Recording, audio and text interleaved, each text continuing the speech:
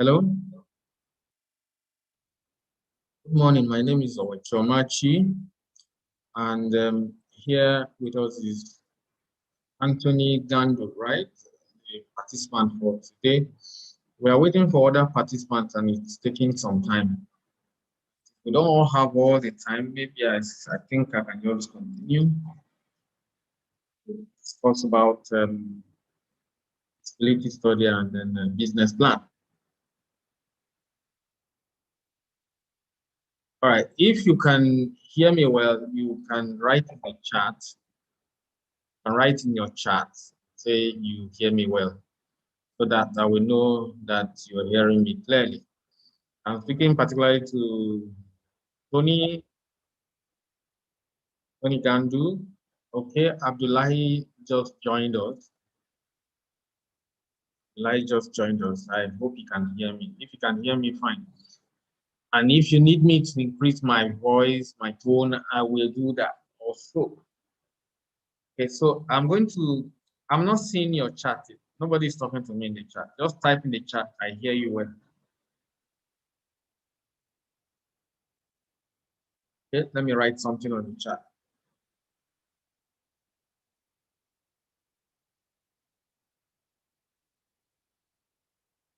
Okay, do you hear me well?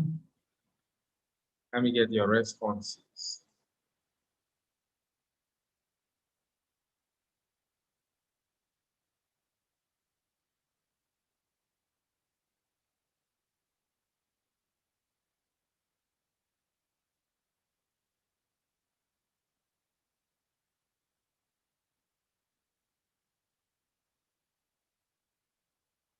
Okay, thank you very much, Mr. Anthony Gandu. I've seen your response. You hear me well.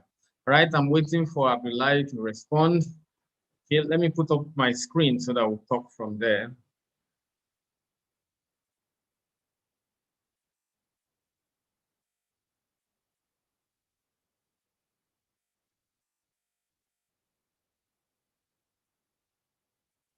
Like I said earlier, we'll talk about feasibility study and then business plan.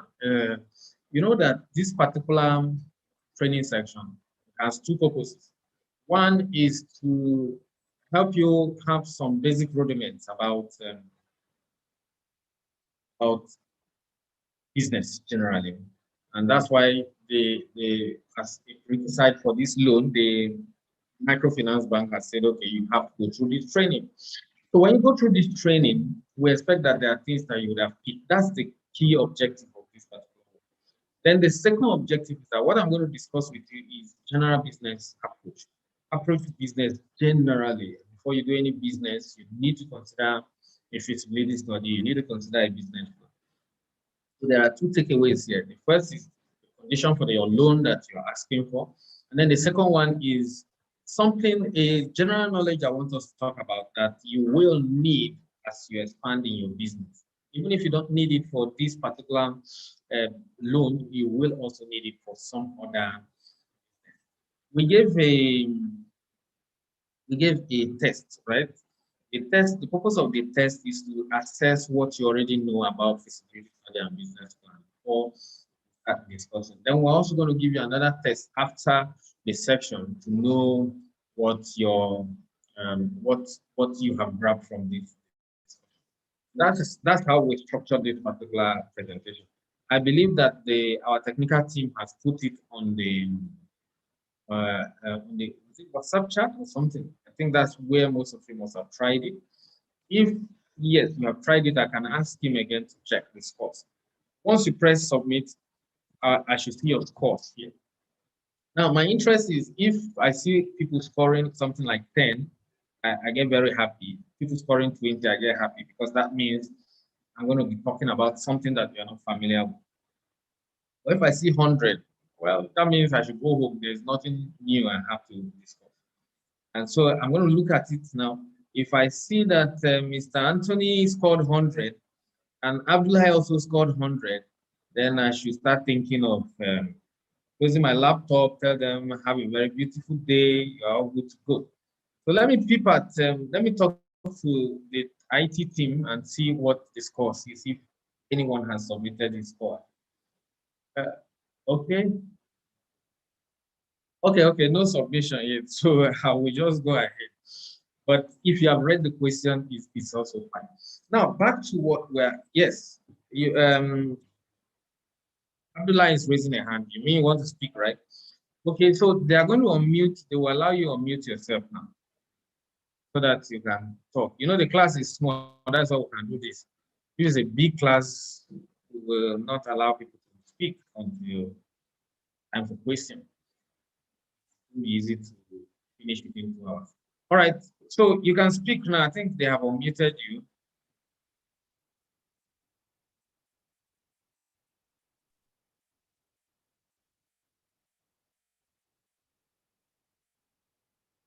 Abdullah, can you speak now?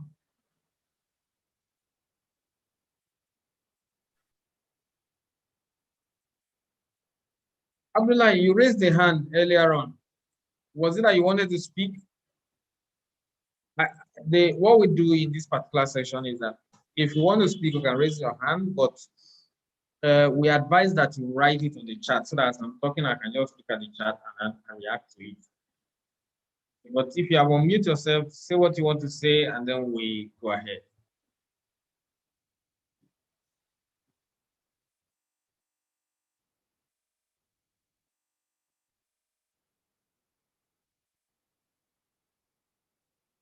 Okay, all right. Maybe he's having technical issues, so let's just go ahead. Like I said, the first one, this section is divided into two sides. The first section is feasibility study, and then the second section is the business plan itself. So we'll look at what is feasibility study. Now, in case you have not done the quiz, because I didn't see any submission here, I'm going to ask you a few questions again. This time around, I don't want you to give me all these definitions that you have in schools, academia. No. We are in practical business section here. So what do you think these things mean? That's what I expect you to write for me. So if whatever you write here, if I see that yes, it's okay, fine. If it's not okay, at the end of this section, I know you'll be able to reframe your definitions again. Right. So this is the first one. The first one is what is a feasibility study. And then number two, differentiate feasibility study from a business plan. Number three, what are the reasons why you should do a feasibility study? What do I need you to do? You open your chart, then you write number one. You tell me whatever you think feasibility study could mean. We are businessmen here. We're not professors here. So don't try to coin words to impress or fellow academician. It only has this meaning in that environment, not here. Then what do you think could be the difference? You've heard words such as feasibility or you've heard words such as business. What would be the difference? Is the same thing? Then you write number three. Why should you do business? Why should you do it? So, all right, I'm waiting for Abdullah. I'm waiting for Mr. Anthony Gandu to quickly write on the chat, and then I proceed. Okay, there's no price for first to write.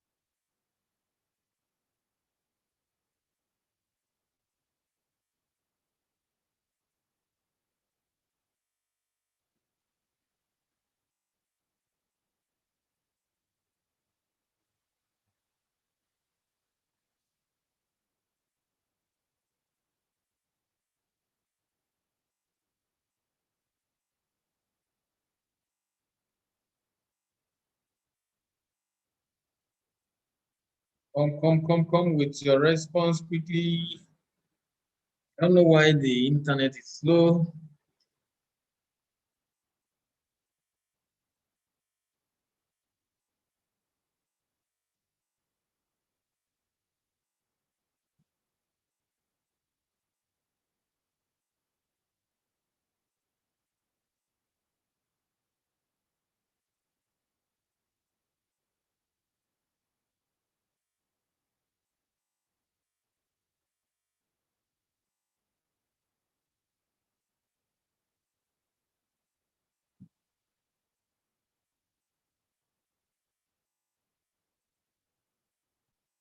I've not seen the chat yet. Can we see the chat?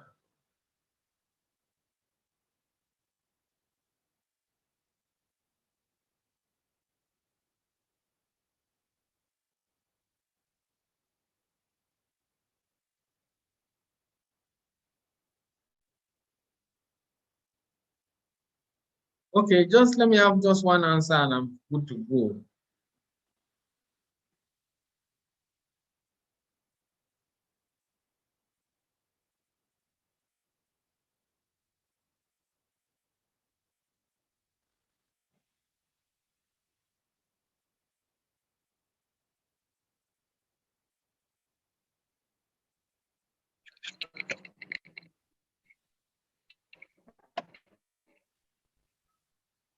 I think you're welcome, but okay, good. You have unmuted yourself.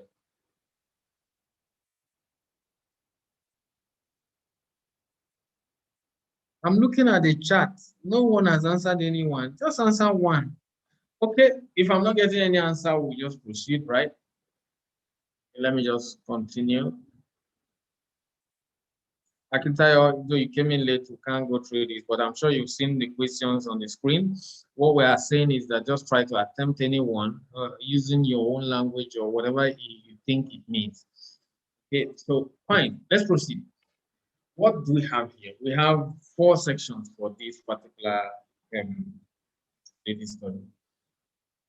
First, we want to know what it is and want to know what a feasible business is. Two, we want to also look at what are the objectives of a feasibility study? Why is it important? And are there shortcomings? Yeah, we have some shortcomings with some feasibility study. You pick it, you see that there are some things that should be there that are not there, or some things that were not properly done. I want to discuss that so that while we are dealing with us, we'll be able to handle that. Then how do you go about a feasibility study? That's the 3. It's more or less an advice whenever you are doing feasibility study.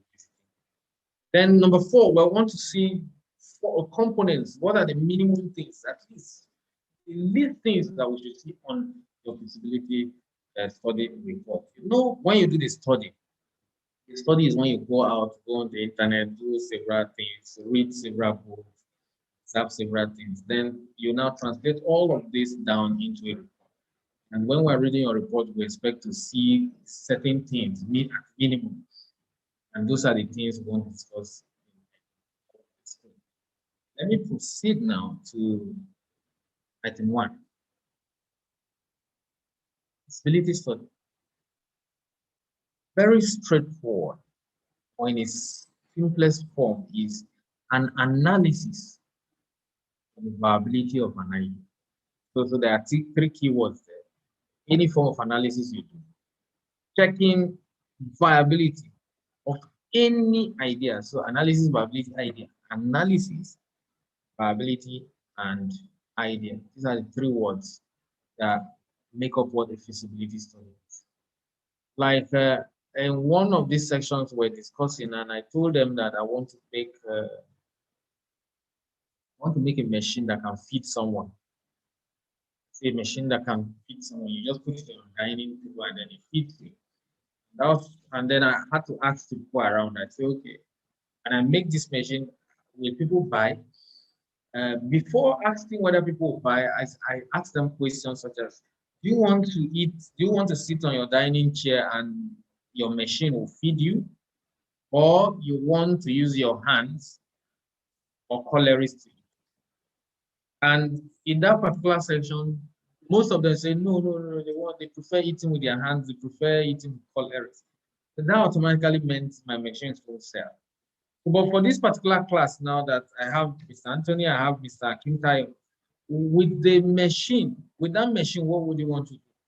You want to use your hands and colorist to eat your meals, or you like to have my machine? You like to have my machine, or you like to use your, let me see your, I'm looking at the chat to see what's, okay, the answer from Mr. Gandu is just coming. I think internet is quite slow. Feasibility study is to see whether the business is viable. Yes, that's almost very, very close to the same word that we have. Interestingly, your answer is coming after my screen. Okay, all right. I hope your answers won't be delayed again this time. I want to know whether you want to eat with your calories or you want machine. We're trying to analyze if um, we're trying to analyze the viability of this idea of eating with machine. Let's see.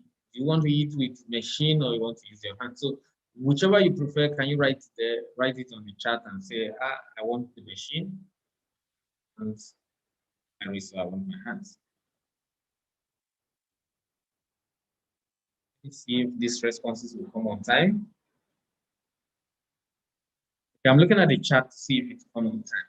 Now, what are we doing? We're trying to analyze the viability of this machine that I'm trying to make. If everybody wants to use the machine, then fine and good. Oh, wow. I've gotten a response. Anthony Gandhi said he wants the machine to feed him. Oh, okay. That means let's commence the work in earnest. Let's work hard and see how we can manufacture this machine. So that he'll put it on his dining table and then he sits in front of it and the machine feeds him. That is what he wants. Now we are going to also analyze this machine has to be powered, right? How do we power it? We plug it, we use battery, or what do we do? How do we even wash this particular machine? Can people share this machine? Can maybe my son use it and I use it myself? These are all what we're doing is we're analyzing to see if this machine will be viable. Now that now that we have the pandemic, nobody wants to share machines anymore until you sterilize the machine. You sterilize the machines with what? Okay, somebody said, okay, Akintayo doesn't want to use the machine. He wants to eat with his calories. Fine. Now I have a tie now. Somebody wants the machine, somebody doesn't want the machine. Should I go into producing the machine or not? So I'm all we're trying to do is to analyze to see whether the production of this machine will be viable. Meaning that when we take it to the market, we will be able to buy it, will people buy it? That's essentially what we're looking at. So what we are saying on the other hand, it looks at the viability of an idea. That's the last paragraph I say. With an emphasis, right, on identify potential problems. You know, one of the problems we trying to identify is power. I'm going to put batteries there. I'm going to plug it. What if there's no light? I'm going to wash this machine off. So when you are trying to answer all these questions, you now tell yourself, with the idea work, should we proceed with what you are doing a full feasibility study. The answer is yes, great. If your answer is no, you go back and start again. That's why I told you that the objective of this particular section is not just because of the loan, it's for us to really do a rethink on our businesses again as more and more ideas are coming to us. Okay. Now, the next thing I want us to talk about is what's a feasible business? A feasible business is one where the business will, it should meet this, should get good. What do I mean? I mean, if we want to consider that this business that we're running is a feasible one, right? Business should generate adequate cash flow and profit. Business should also withstand the risk it encounter. That's almost too, I say it should withstand. Then I now say that it will encounter, meaning that there will definitely be risk. Then the third one is I should remain viable in the long term to come. And another one is, does it meet the goal of the founder? Why did you start this business? Now we have four criteria on the screen that you can see. But the one that catches my attention most is to generate adequate cash flow and profit. And funny enough, what's the difference between cash flow and profit? And for example, ordinarily I would have said to generate adequate cash flow, one, to generate adequate cash flow, profit, two, and then so that I can score more marks from the examiner, right? But because this is more practical things, I can't separate that item. The two are closely linked together. And one way I used to illustrate it is the story of Amaka and Patricia that I always tell. Amaka and Patricia, they sell oranges. They decide to go buy orange for 100 naira, 10 of it. So one is 10 naira, right? So both of them, they've got 10 oranges, one for 10 naira, 100 naira for 10, 100 naira for 10 again. And they went out, all decided to sell their oranges.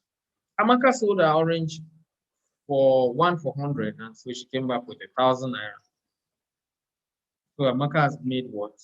Amaka has made 1,000 minus 100 naira she bought by the orange. And that shows she's got a profit of what? 900. Yeah, she sold all hers. And then when we go back to Patricia, we'll find out Patricia has also sold all her oranges as well. And she sold her oranges for 200 for one. So 200 times 10, that's 2,000. Minus 100 she bought it is 1,009. So Patricia has a profit of 1,009. Maka a profit of what? 900. But there was something I didn't tell you. Maka sold all her oranges, whereas Patricia sold all her oranges on credit.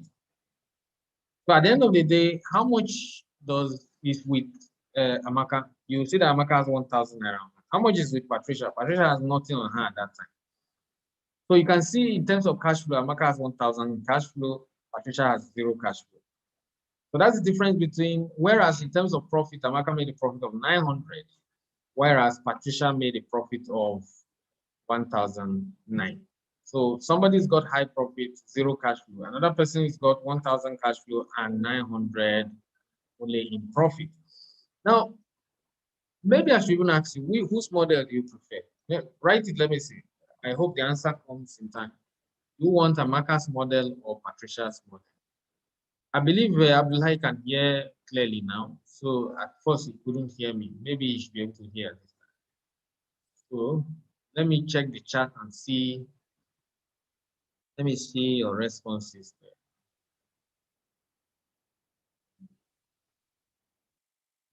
Okay, not seeing the response. Okay, now the other point to say, can a feasible business, can it withstand the risk it encounter? Meaning for sure there will be risk. Risk is probability of something occurring. Whether it occurs, it doesn't occur, it's also a risk. Then should it remain viable in the long term? Obviously not. So I'll be waiting for your responses. I'll go to the next slide now. There's something I need you to note. Something common with business. You know, those days when you enter some people's shop, they'll write, we don't accept credit here, we don't do this here, we don't accept credit here, we don't do this here, and all that. You see those things that they write there on the shop. It's almost like a commandment of business. So in the same way, when you're doing a feasibility study, you should also have some commandments. These commandments will be something like, once you have an idea, immediately an idea occurs to you, what should you do? Go and conduct a feasibility study immediately. Why? To determine the viability of the idea before you proceed. Let me show you other things that you should do also. Feasibility study will address things like where and how the business will operate. When we say where, if you are going into farming, where would you locate the farm? If you are going into something like you want to sell face masks, where should you sell it? And all of those things, your feasibility study will address them. You can't go and put your farm in city center like Abuja and say you want to farm in the city center. Land use will be an issue. Okay, another one is it will provide in-depth detail about the business, right? As you do your feasibility study, you start learning more and more about that business. It's not just that you wake up and come and say, oh, wow, bread. People eat bread every day. Okay, let me go and start bakery. And it doesn't work that way. If you do a feasibility study, you have more details such as, well, I need to put this in a bag. The bakery needs a NAFDAC number. You also understand that bakery businesses, most of the time you bake early hours of the day and you bake late in the evening. You bake late in the evening, You allow it to cool, and then those people that intend to sell the following morning come and pick it that evening. And then the ones you bake early in the morning are for those that will need to use it maybe around mid-morning, let's say, or not maybe before mid-morning, say 8 o'clock or so. So you need to have those details, and it's only feasibility study that will give it. Another one is it serves as a valuable tool for developing a winning business plan. Once you do a good business study, your business plan will be very easy, be smooth, and will make more sense than when you sit in your room and imagine a plan. I don't know whether you get me. It's just like you want to build a house now, you've not gone to look at the land itself and you start imagining what kind of building you want to put there. It's not going to be as interesting as when you have looked at the land to check whether the topography is straight, whether it has some mountain or something, some hills around the rock. That's what feasibility is. And then we said it primarily focuses on your proposed business venture. You don't do feasibility for any other reason. The major reason is you want to know about your business. Okay, that's it for the first item there. The first item says we want to look at what feasibility study is, and then we want to also look at what a feasibility business is. And I also gave you things to note. Now let's look at what's the second item, which is the objective, the shortcomings that we find, and why is it important? You understand me? Why is it important? First, the objective of every feasibility study is to raise. Why are you raising funds? Because there's always no fund. You don't get funds all the time. You don't have spare funds, so you need to raise funds. Even Dangote was looking for money when he started his project, the refinery. The refinery is worth about $15 billion we had. At that time, the whole net worth of Dangote when he started was not up to $15 billion. So even Dangote being the wealthiest black man in Africa still needs money. So it doesn't matter who you are in terms of business, you always need money to do something. And so one of the objectives of feasibility study is for you. Another objective is for you to figure out how you can combine all the things you need to make the biggest money. Let's put it in the term on the screen. So to determine optimum facility mix that can maximize revenue. There are a common example I give to people is like if you say you want to do transport business, should you buy like plenty taxis at once and put on the road, or you should buy just few taxis that can pick so many people at the same time? The money you make is a function of how many people will enter the taxi. So if you think that 10 people will enter the taxi, if you go ahead and buy 10 taxis, sometimes it doesn't work that way. You buy taxi according to the times that these 10 people want to move. So if there are 10 people, uh, you don't say, okay, let's buy 10 taxis. What if these people, some of them are children? Children hardly go out alone. So they go out with their mom or go out with their dad. So just once you count the dad, okay, taxi for him, that will suffice for buying for children. But three is for us to ensure that all the parties agree to this.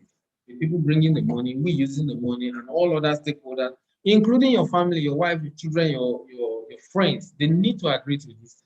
You don't just start a business like maybe I want to start a poultry business. You don't just start a poultry business in a residential area. It's going to bring up foul odor and all. So all the parties have to agree to it, that where you are locating your business. And number four, we say it forms the basis for initial market and project planning. Anytime I say initial market in this class, I'm talking about the number of people that will buy from you. So you want to know, okay, 10 people will be buying from me, 20 people will be buying from me. It's when you do feasibility study, you know how many people will likely buy from you. And so once you have that number of people that will buy from you, it's easy for you to now plan the project. All right, so these first four reasons are why we should do feasibility feasibility study. It's almost looking forward. Do it because of this, do it because. But there's one that I find also interesting. In some cases, we do feasibility study to help us provide an argument to stop the business. That means we want to close the business. If you do feasibility study, you don't just wake up and say, I don't want to do this business again. It's not bringing money, just close it. It doesn't work that way. So what happens usually is, for some people, they'll close a particular business and then later come back to that area, they'll see another person doing that same business. They'll not realize that, why did I close this business? Because they did not do a feasibility study to know whether, yes, let's close this business or let's know what the problem is. But these are basically the 5 reasons why, or objective of each. Let's look at the shortcomings that I've noticed. Shortcomings in the sense that you pick somebody's feasibility study or report, you see that the person has not done one thing or not done the other thing. So why am I telling you this? I'm telling you because when you want to go for the feasibility study, we expect that you will be able to write some of these things on your paper, and so that you can ask this question. Then your feasibility will not have some of these shortcomings. One, by estimated market potential. That one is very common. Sometimes when we listen to some people, they tell us that go into business. There are so many people. What if you sell to 1 million people and you make 1 naira profit? You have 1 million naira, and if you can do this for every day, you'll be getting 1 million naira every day. When you hear such thing, I think that the person has overestimated the market potential. You need to go out and check whether these 1 million people buy from you. Yes, it's true there are 1 million people out there, and there are 1 million people out drinking water or drinking water. But are they all going to buy from you? So you need to go out and check the potential that, okay, they will likely total number of buy from. That takes us to the second point on the screen. You can see the estimated competition. Automatically, when you are saying, okay, 1 million people need water, so if I sell water to them, make 1 naira profit, I have 1 million every day, 1 million every month. I'm the only person in the market. And there are things you have put on ground that will stop other people from coming to the market. That means you may have underestimated this competition. Another shortcoming is the capacity you are putting on ground. Incompatible. Like now, if I open a restaurant and I keep table for only 4 people to eat, and I'm located in maybe a motor park where I can get like 10 people coming in to eat at once, then my capacity is too small for the market. Or maybe I walk up to one motor park and open one luxurious restaurant that can take 100 people at once at very expensive rate. Do you think anybody will come and eat from there? That capacity will be too much for that market site. It's not compatible with that market, the nature of that market. So that's it. Then the fourth one here is importance of management or importance of management skill or manpower skill. Let me put it that way. Some of us sometimes we tend to say, I can do the job myself. No, you might not be able to do this job yourself. Why do I say that? Because as you are growing up, you have other areas you're facing. Some of you are just coming from school, you just graduated, and then you're telling us that yes, you can do it yourself. That could be very wrong because the people that have been doing this thing, they have over the years acquired certain skill. So that skill is what we don't want you to underestimate. Identify the ones you can do, and know the ones you can't. Okay? The other one is market projection based on insufficient data. Yeah. I was talking about 1 million people buying water from me and all of that. How did I arrive at the 1 million? Sometimes people give an assessment of data of an area without actually knowing whether they have a verifiable data or not, whether the data they have is correct. Like sometimes somebody says, oh, there are 30 million cars in Nigeria. All right, 30 million cars. Okay, if I can sell something to each of them every day, 10 naira, or I can sell something to them every month and make profit of 10 naira, then 300 million will come to me. But Do we really have 30 million cars in Nigeria? 30 million vehicles in Nigeria? Are these 30 million vehicles still moving? These are questions that you need to ask yourself from maybe VIO, central VIO, or somewhere. Find out whether these are true. Then you base your market prediction. The last one is we see people who estimate availability of infrastructure. Sometimes some people are doing some plan, they even forget simple things as generator, forget simple things such as water, water supply. They even forget simple things such as road. Want to farm and then you go and get big land in the bush without thinking where how would I remove my produce from it? These are shortcomings. So as you are designing your papers, you are going out and you're writing some things on the paper you are going to do. Make sure you check out for some of these. Right, let's see the importance. Importance, we have four importance basically, yeah. One, it helps you to list in details all the things that you make that will help the business to work. That's one reason why we have.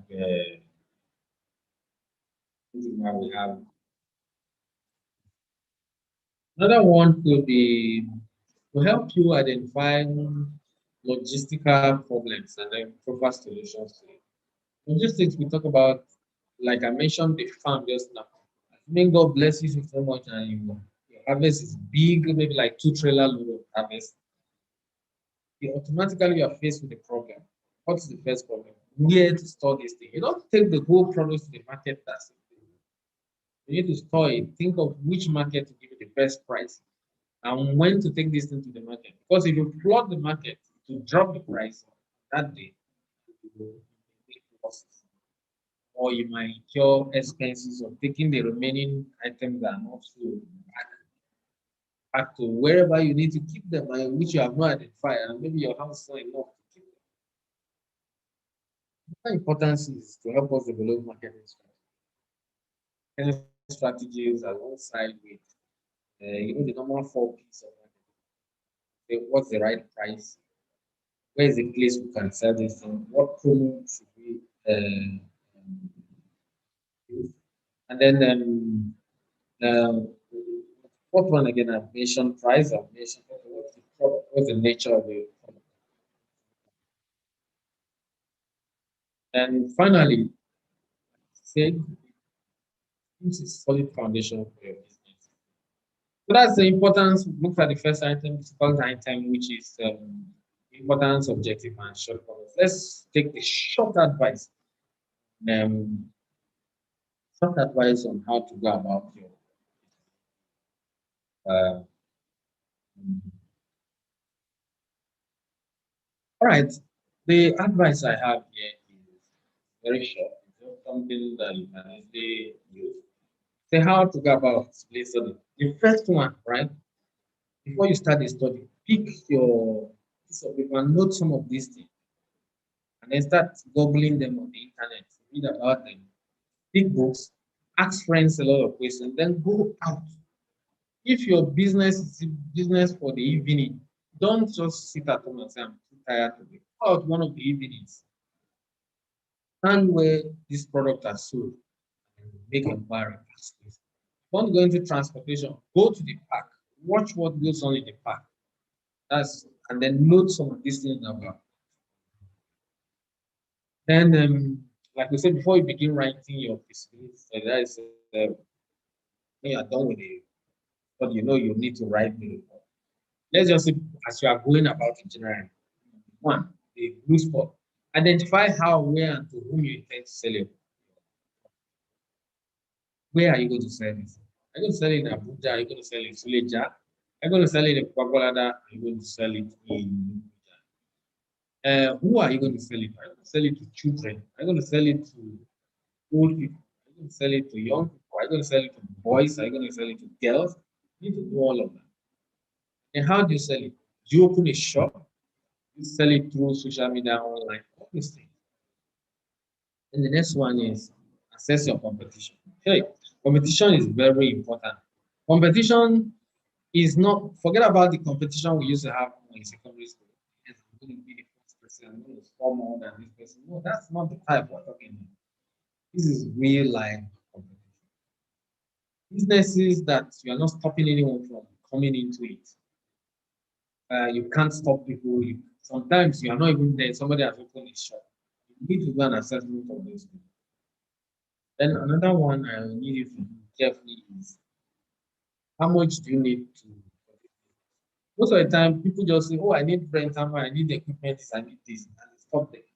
But we need you to also know how much you need to keep running the business until the business can stand on its own. Money is like money you need for raw material, pay some staff while the business is going. Before profit from the business can start paying the business.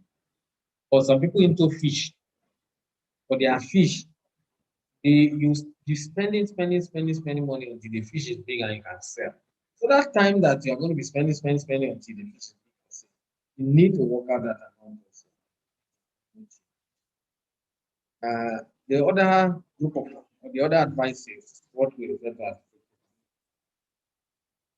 this one. We also tell people wait, that is do a kind of feasibility study before you go to the big full one and you go out in the night to write things on paper.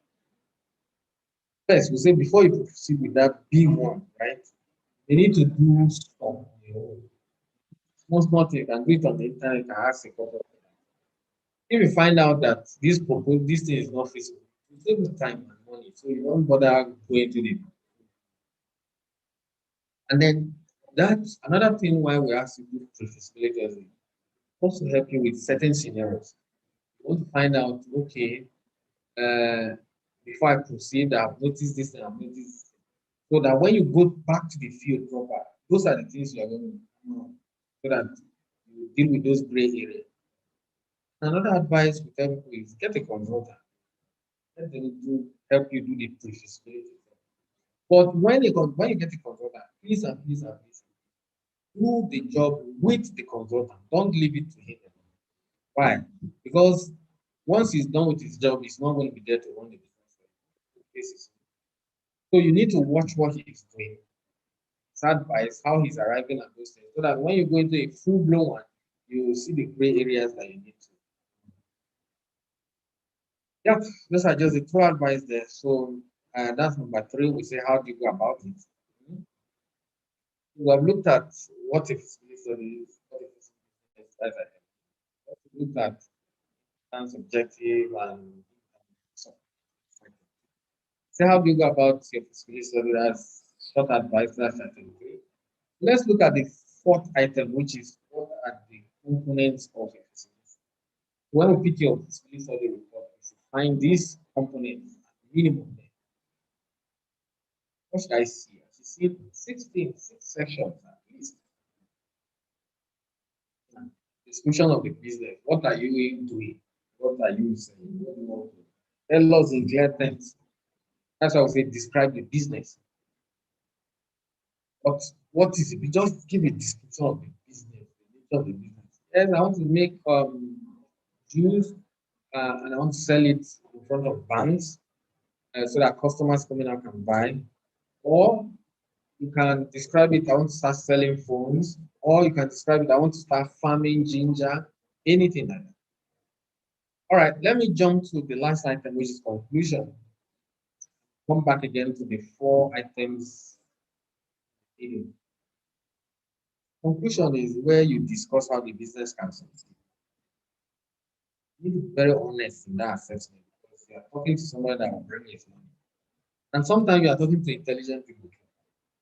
Not that they don't know this business. Some of them have even tried the business before and stopped. You don't need to another.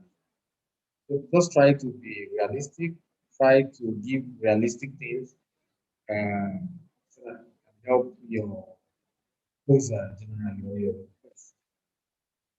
Right, let's quickly talk about the 4 items components that we will see. We should see something on marketing, see something on your technical feasibility, see something on your financial feasibility. We should see something on your organizational feasibility. For the market feasibility, we want to describe the industry, what's going on in that industry. What's the current market like? How many people will buy? Remember, I say when you say market, it's number of people who will buy from you in the future. How many people are there to compete with you on this? And then you look at sales projection in terms of I can sell 10 today, I'll sell 20 tomorrow, I'll sell 30 like that. And then who are your potential buyers? These are things that we need you to discuss on the market. Then on the technical feasibility side, how do you intend to reach that product? How do you intend to deliver it? These are things we want. What transportation you use, what material you use, where would your raw material come from? What technology will you use? Technology doesn't mean ICT necessarily, but in what's the how? In terms of what machines you bring, what the capacity of the machine. Then financial feasibility. Tell us about how much you need. Where are you going to get this money from? And that one is obvious here, right? So we're getting it from microfinance. Anyway, because I told you that this section I'm using in any other source. Right then, how much can you return on this investment? The same way we're looking at it, how do you intend to pay back the loan that you're collecting? So put that up for us. Then organizational feasibility has to do with the business itself. Are you a limited liability? And who are the people running the business? Do they have the skill? What's the organizational structure you have?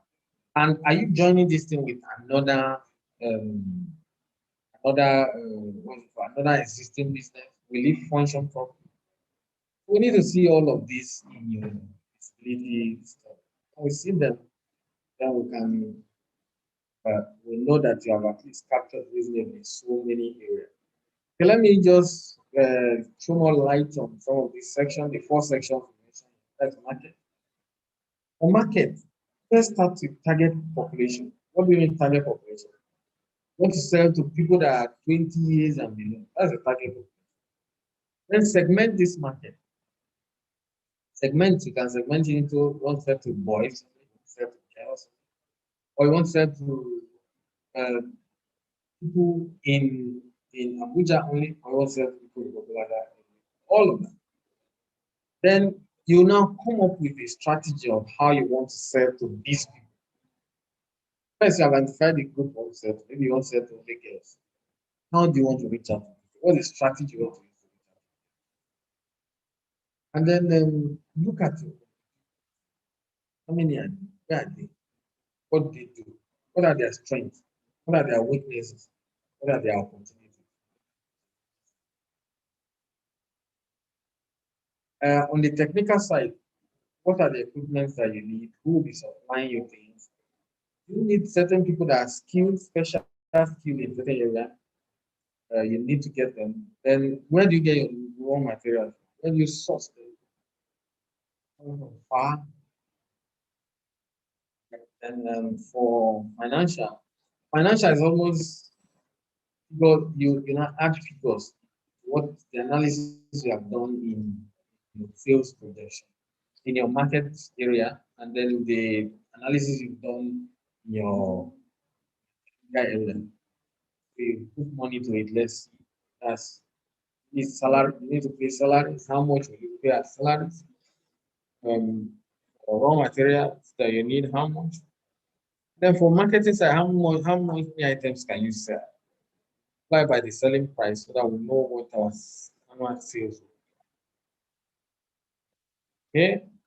And then organization analysis. You need to, I told you now, you need to organize, know whether you are properly organized, structured things, where even the factory layout, all of that fall under analysis. Want to see whether if you have an business, once this money come in, what will the money do? There will be a lot of change. Will it affect the existing staff? Will it affect what you already have on ground? And the things.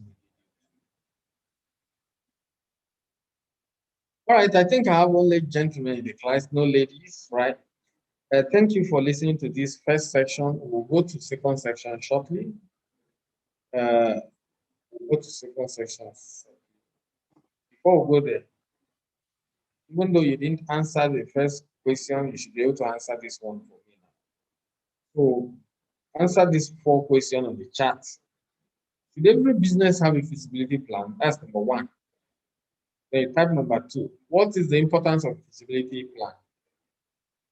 And number three, from what we have discussed, which aspect of the feasibility plan can you prepare? Number four, which aspect do you need help? Here, I'm going to the chat now. Just type quickly. If it were some other class, maybe I would have had something to offer, maybe a recharge card for the first person to give me all these answers. I don't have that today. Let me still see your answers. I'll, I'll take this time as our break before we go to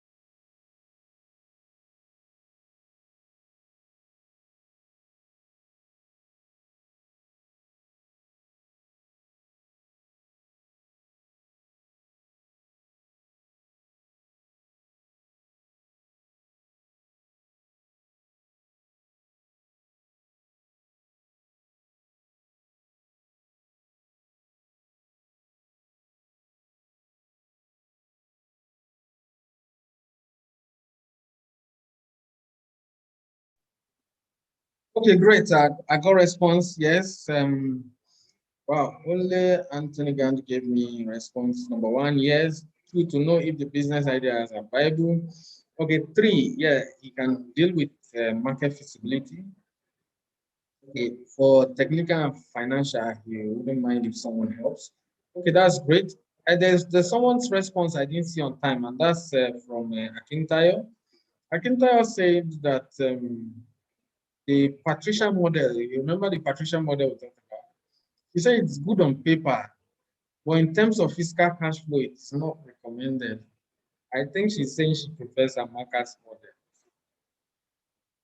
Okay, now our break is over. Let's do business plan so that we can quickly close and let you do what you need to do. Okay. For the business plan, I have 7 sections.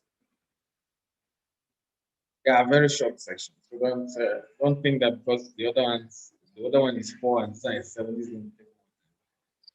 First, these sections are in line with what we expect on your document, on the business plan document. First, we should get the executive summary. Two, we should get business description and mission statement. Three, we should also get your business concept, strategy, and tell us your value proposition as well. We also want your market summary documents. Five, tell us your competitive advantage. That's critical. That's key. Then do a SWOT analysis. Take a look at your risk. Then show your resource planning, your team. Finally, give us your financial projection. And then find your document, read it again, and feel free to submit. Remember, all of this is based on the feasibility study. One, executive summary. For the executive summary, when should you write the executive summary? For me, please write the executive summary at the end of the business plan. Meaning that even though it's number one, don't write it. Just write the executive summary. When you are done with the other aspect, come back and write the executive. What's this executive summary? The executive summary is a summary of all that's inside the business plan. Now, how should the executive summary look like? It should be catchy. It should be flashy. It should be something that can catch the attention of an executive. Automatically follows that we should keep it short. I recommend 1 page. Some people can say go 2, 3 pages, but for me, 3 pages depending on how complex the business is. Small business, keep it at just 1 page. It's fine. That's it for executive summary. The business description and the mission statement. This time around, remember you described the business earlier in the feasibility study. We expect to bring that description in. But in addition to that business description, in that place, we're only talking about the business, it's just the description of the business, your product, what you want to say. This time, bring in things like location, bring in things like the company, you mention the small history of how you arrive at the product, then tell us the purpose of the existence of that company. In other words, give us the mission statement. Give us some people give us vision statement. Some people give us core value, and then some people give us a summary of the objective of why they are coming into the business. All of that we want to see it in this business description and statement section. So clearly state your company's long-term vision. Try to use words. Can you see this? Try to use words that will help direct the growth of your company. But be as concise as possible. I will mean just concise, as it goes straight to the point. And because you don't bug people trying to figure out the meaning of what you're writing. Okay, then let's go to the business concept and strategy and value proposition. In this section, we want to know what your business concept is. Business concept, or some people call it business model, some people call it uh, how you intend to run the business. Not maybe your approach to business, essentially. Sometimes it's difficult to differentiate between business concept and strategy. But when you say strategy, it's giving us the nitty-gritty of how you tend to succeed. Concept is just a general description. Okay, let me bring an example here. Taxi business. Want to go into taxi business, you can use either the traditional one. You can use the traditional one, which is you buy taxis, hire drivers, and then they go around looking for passengers to pick. Or you could use the one that Uber, Bolt, Taxify, and all the other people have come up with. They don't buy no taxis, they don't hire no drivers. They just try to know where customers are. And then once you key into their program, they now allocate customers to you using their platform. So all the two are taxi businesses, but the concepts are different. So we want to see your concept of that. Like I said again, we want to see your strategy. The strategy could be, oh, there are a whole lot of vehicles running around Abuja. Yes, they can easily, or Abuja is a metropolitan area. People want to commute from one area to all of that. Then you go to the third area, which is your value proposition. Value proposition is the value you are proposing that your competitor will not be able to deliver on. Value proposition is what you are saying you will give us that other people cannot give. The areas that you give us something that others cannot give in terms of your position, that is what you already have. Maybe you can produce 10 cartons a day, whereas others are producing 2 cartons, all of that. Or you talk in terms of your operational efficiencies, of how efficient you are, and talk of the quality that you're bringing on board compared to your price or compared to where you are getting the item from. And talk of your speed, that you like Domino's pizzas, you know the type of pizzas it gets you very fast. Companies might not be able to meet that speed. Then you talk of your cost. How much does it cost you? Your cost is better compared to the cost to other people. These are your value proposition. Let's see in the business plan. Right, the next one, your market summary and competition. Summarize the market, what has been happening in the market. Talk about the past, talk about the present, talk about what will happen in the future. Give us reviews of how market share changes.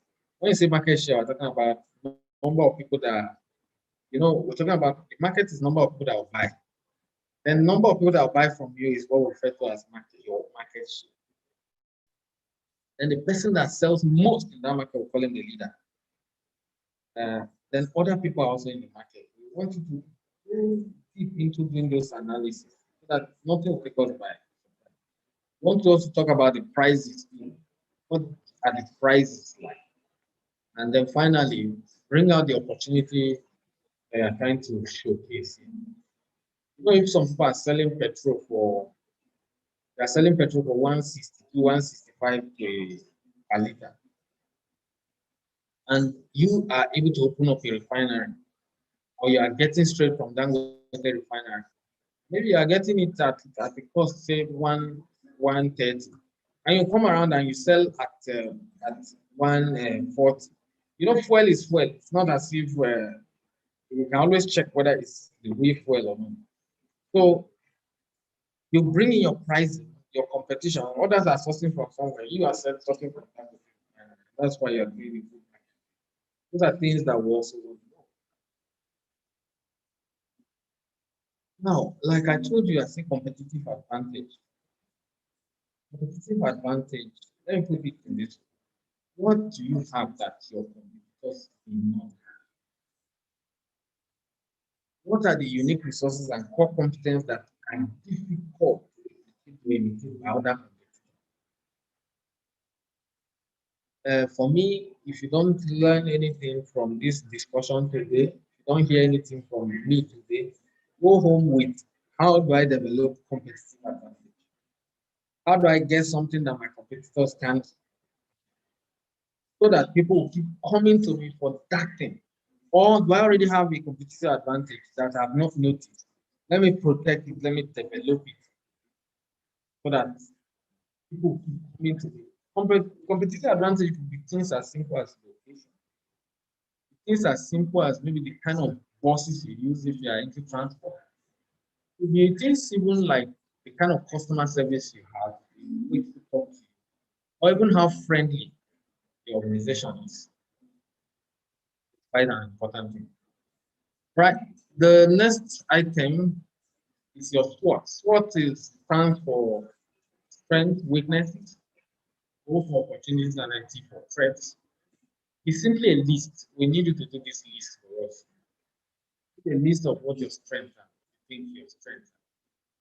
Your price, your location, your customer service, your staff, and all.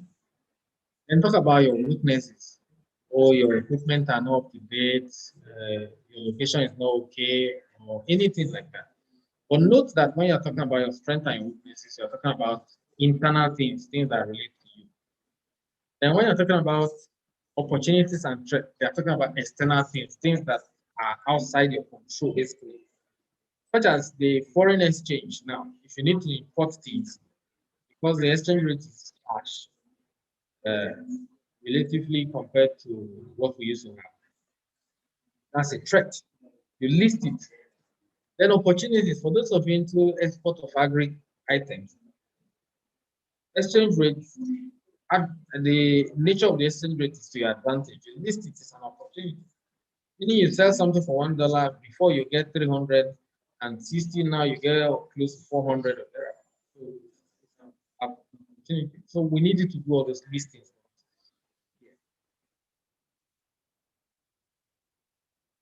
Remember that you are dealing with people's money. So you have to talk about risk. Like I told you, risk is not something you're going to lose, right? Risk is probability of an event occurring. What you need to know is that events must occur. Of course, you are even expecting events to occur, and you are even doing something for events to occur. Risk is which side does this event go to? The event might go as you expect, it might go where you don't expect. So that's what we needed to do in this section. Summarize the risk of the proposed projects, and then tell us how you intend to address them. That is, if it goes this way, what will you do? If it goes that way, what will you do? We need you to show us how you intend to mitigate them. It's important in a business plan. Resource planning. Resource planning generally has to do with all the plan of how you intend to go about the business. This time around, we're talking about fiscal planning, people planning, and all those things. So, what technology plan do you have on ground? What financial plan do you have on ground? Distribution plan, how you intend to promote it, what product, and all of that. Any planning that you need to do. Just talk about it. When you are going to start the business, which day, all those things. They say there's something they refer to as the Gantt model, right? You can say, okay, from week A to week 1 to week 2, we'll be dealing with this. Week 4 to this, we'll be dealing with this. Week 7 to week this, we'll test the market or commission the market. And then week 10, we'll begin full business. Those are the kind of plans you want to see in terms of timing. Then what and what you'll be deploying, you want to see. Then how you'll be spending money, we also want to see. Say, okay, week 1 to 2, we need like 500,000. Week 3 to 5, we need like 4 million, but we need to import the item. Week 5 to 6, we don't need money. We only need to go to the site and clean the place. All that we need you to do that. Then people plan. We need to have your team. We want to know what your team is all about. The team, what I will need you to do is you create like 3 columns, okay? Or 4 columns, maybe 4 columns. First, you write the position, maybe who will be the CEO. Then you write his qualifications. Second column, write his qualification. Then the third column, write his experience. Write his experience in the third column. And then the last column, write the things he has achieved before. Note that column 3 is the most important. Then column 4 is an added advantage. That is what he has achieved wherever he has worked before. Then column 3 is his experience. Column 2 is not very important, which is the experience, which is qualification. Somebody can bring all the certificates that they're on it, but if he doesn't have the relevant experience to what you want to do, he doesn't qualify. So those are the team, because the team will tell us, yes, you have competence. The team will tell us, yes, your business will be able to drive your business where you intend. That's the least we want. As for it, that's item 6. Let's go to the last item, which is item 7. Item 7 is financial projection. For your financial projection, I want you to give us to outline a high-level financial plan that defines your financial model and pricing assumption. The first thing you do is your assumption. Start with your assumption. Assumption will be, I need to rent this place. I want to sell my product at this price. I'll be buying the raw materials at this price. I'll be paying staff at this amount. All of that are assumptions. You have to put all those assumptions down for us to see.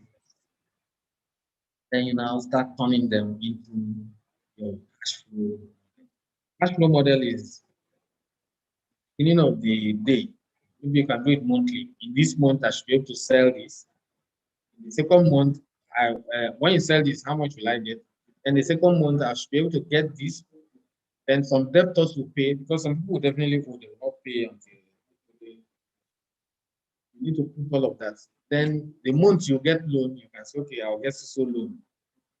So each column will represent maybe month, 1 month, A month, B month, C, or what income will come. Then under each month, we need you to put down your expenses. Maybe I'm going to buy a vehicle for the business, I'm going to buy a machine, I'm going to pay salary, I'm going to buy raw material, I'm going to pay insurance, I'm going to pay AMAC, and all of that. Put those assumptions down. We want to see them so that we'll see how much sales you have made, how much you have spent, how much is see how much loan you have collected, how you are repaying them. We want to see them month after. I'll show you a short illustration before we close.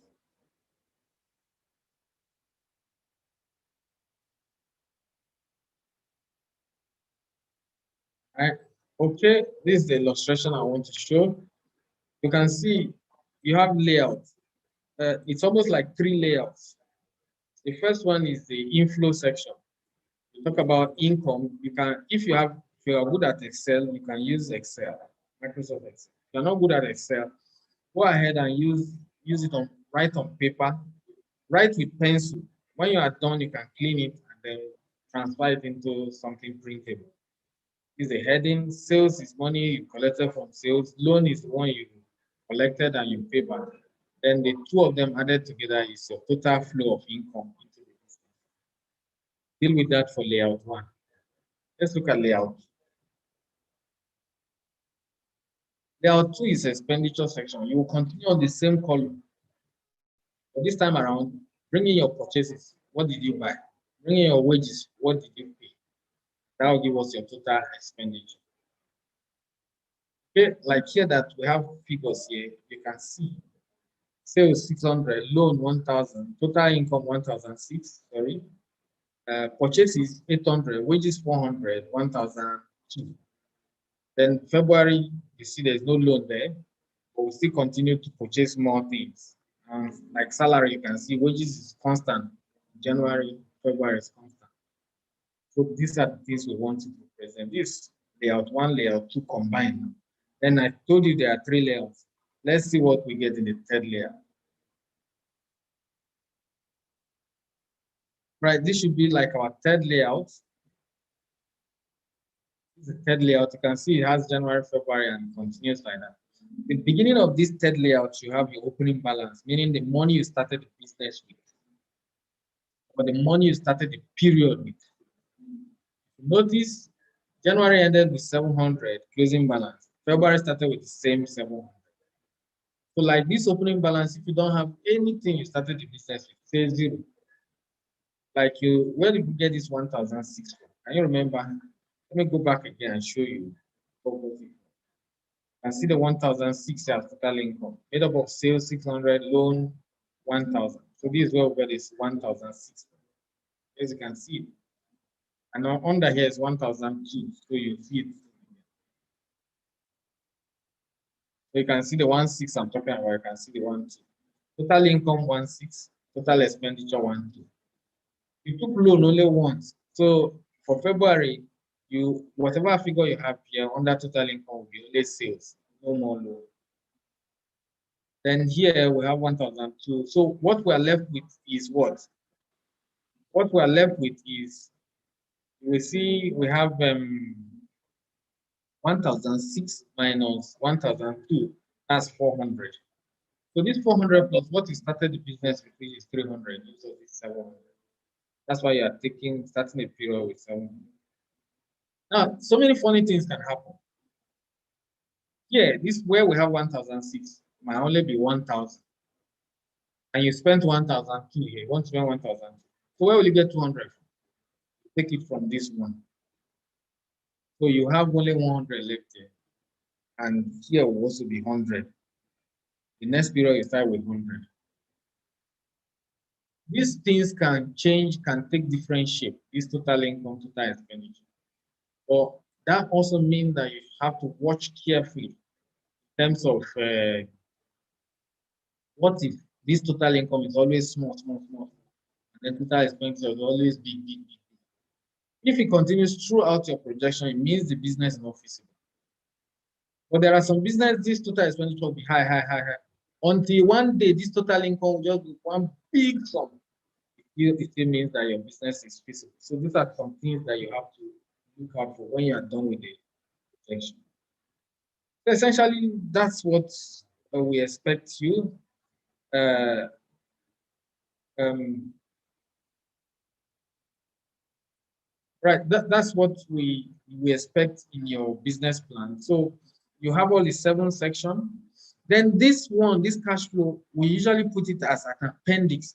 Even though it's so important, you put the summary of this appendix in financial projection. But you must have this. If you go to some banks, it's not even this appendix that they are going to look out for. They will not even bother with your major business plan. They want to see the tiny, tiny details that made up what you are proposing. All right, gentlemen, we are done with. I told you, I promise you won't take your time. We are done with the feasibility, um, uh, feasibility study. As well as we have also talked about, we took a short break and we're back and we took the business plan. What I'm going to do now, I'm going to send you this PowerPoint presentation. We'll forward it to you so that you can go through it. And then for those of you that didn't get something clearly, you can go back to our YouTube channel and listen to today's presentation again. I think it will be available from tomorrow, but today the link for you to listen to it will be posted for all of us to see, so that we can listen to anything that we missed out. Um, then I think that's basically it. I want to thank everyone that participated. Uh, Mr. Andrew Anthony was very active. Akinta was also very active. Although Abdullahi had been having challenge with either internet or something, but for him to have shown that he was having challenge means he was also very, very active. Thank you very much, gentlemen, and I want to wish you a very beautiful day. We will open the, we will undo the, unmute everyone now. We'll allow people to ask questions if there is.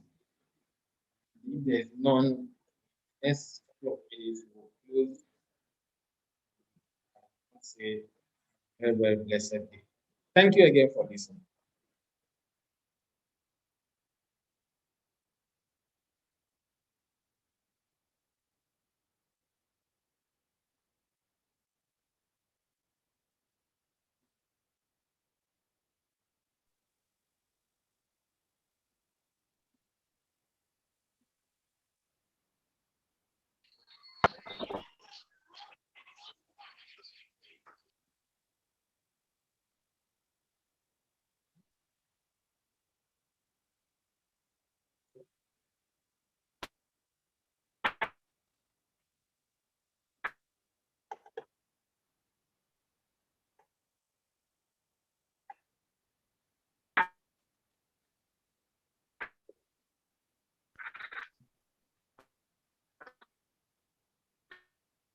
What's it?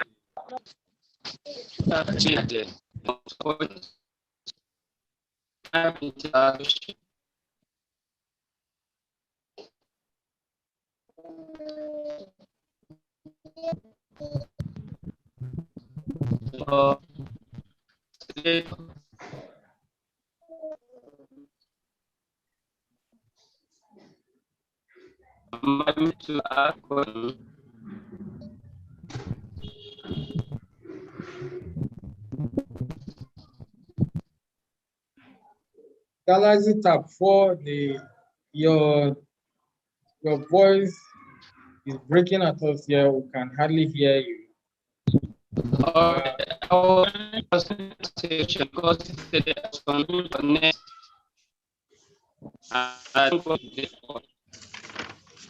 When the show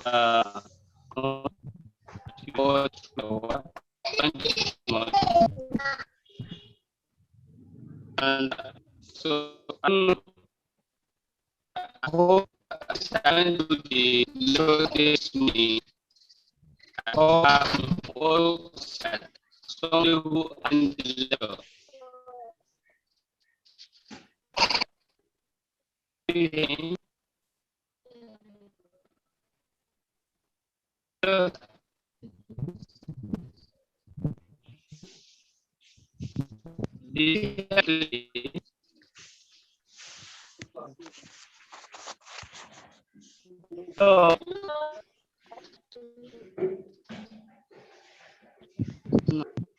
Okay, I can hear you, but yeah, the presentation is on YouTube. Where we will share it on the chat now, the link. Tomorrow you can still go back and listen to it. And then the PowerPoint presentation will also be posted on the WhatsApp chat for us to go through. So when you go through that, feel free to ask any question any other time on the WhatsApp chat. We can answer the question after.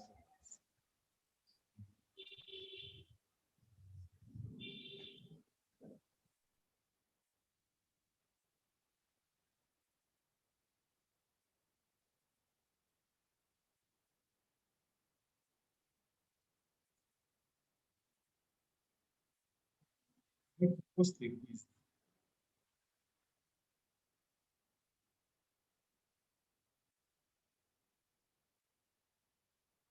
Post it.